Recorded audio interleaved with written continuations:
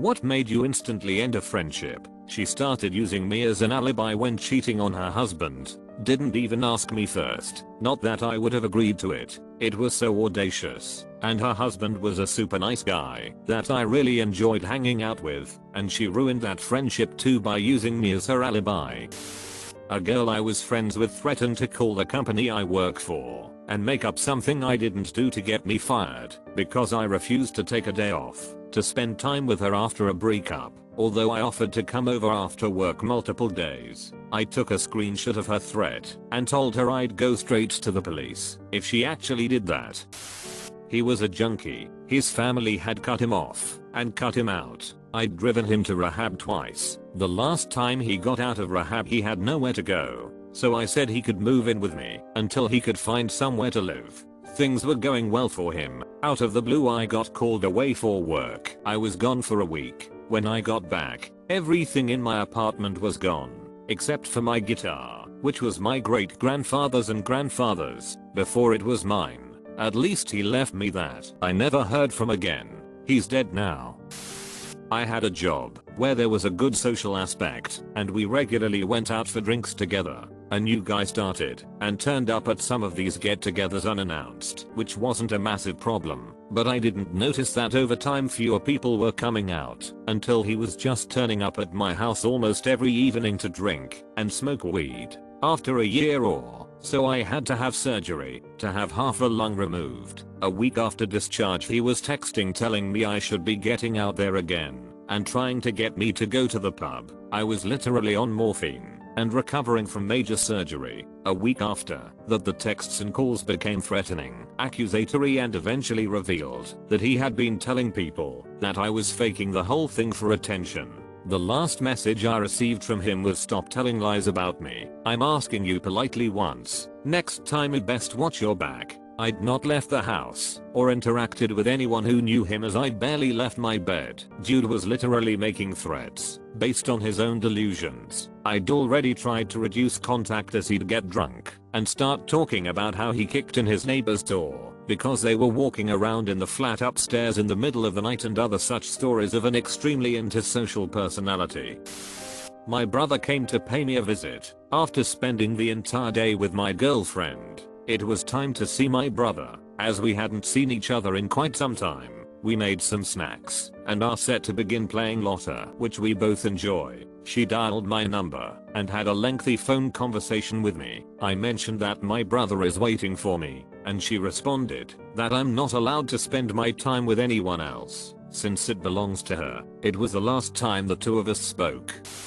She was flying to Ireland to meet some guy she'd become friends with online and wanted me to come with her so she wouldn't be alone on the flight. I said sure, why not? I love traveling and I also don't want you to get murdered. The guy turned out to be both real and very nice, but she spent the entire time we were there putting me down in front of him to look cool. I didn't even like the guy. I was living with my boyfriend, but she was so threatened for some reason. By the second day of getting mocked relentlessly, I was like, screw it, and spent the rest of the trip exploring Dublin on my own. Once we got home, she and I had a conversation where I basically told her I don't think either of us thought that went well and never talked to her again. She kept cutting me down.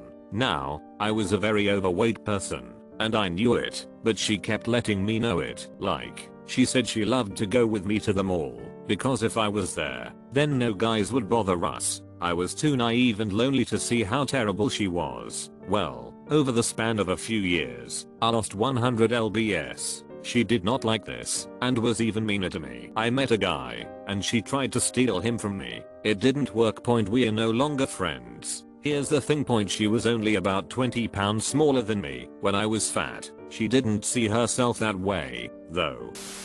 She invited this guy she was chatting with to come hang out with us one day. She had a long-term boyfriend while I was newly single. This guy and I really hit it off, so we started to spend more time together. When she found out, she got so mad. She told me that I stole my backup guy. Her boyfriend dumped her shortly after, and she demanded I stop talking to him. so that she could start dating him as she had previously planned, insisting that he was her soulmate. I stopped talking to her instead and so did he. That was 20 years ago, and we are still together. 15 years of marriage and 2 kids. Guess he wasn't her soulmate after all. I've been married for 6 years. She started out thinking she only had occasional bouts of sadness and anxiety, but things quickly spiraled out of control. When she threatened to stab me in my sleep, I moved away. We had already been a number of couples and individual therapists, but she would not accept medicine. I contacted her to arrange a meeting and try to get some closure, but she cut me off, saying I wasn't permitted to leave her and that she was punishing herself by sleeping with 2 other men. I simply ignored her phone number and filed for divorce at that moment. I hope she's doing well, but I'm pleased I'm not in danger. This was many years ago. I was still in high school, so somewhere around 94. I had this surplus waterproof ammo can that I liked. It was spun aluminum. I kept loose change in it. I suppose it probably had about $60 worth of change. I showed it to my buddy when he stayed at my house overnight because I thought the can was cool. In the morning, my dad was giving him a ride home. I noticed that the can was gone. I said to my friend, "Did you see where the ammo can went?" He said no. I said, "Did you take it?" He said no. I said, "If you need the money, you can keep the money. I just want the can." He ran away to my dad's car and left. I never trusted the guy again. My parents still talk to him sometimes. I refuse to. I want my can back. It's not like it was that expensive. It was just a weird thing that you can't buy anymore. Keep in mind that this friend also had me transport illegal substances for him unknowingly, and that didn't bug me as much as a stupid ammo can. After an argument, my now ex-wife stormed into the living room, where I was sleeping on the couch, and lunged at me. She inquired as to if she reminded me of my stepfather, who used to come into my room at night and stand over me before dragging me out of bed by my ankles. He'd then stomp on me for whatever transgressions I'd committed that day. She was the only person with whom I had ever spoken about it. She left town for work 2 days later, and when she returned, I was gone and in a different state. The amount of abuse I had endured up to that moment was incredible. It finally occurred to me. The amount of abuse I had endured up to that moment was incredible.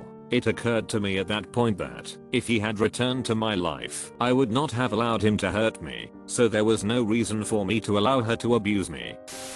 There was a guy I met in college who was one of the funniest individuals I have ever met in my life. He was super quick and his humor was insanely in sync with mine. We had all these plans. We were gonna do some projects together. One day, we're in one of our classes, and I noticed he had a little flag pin on his jacket. I said to him, "What's with the pin?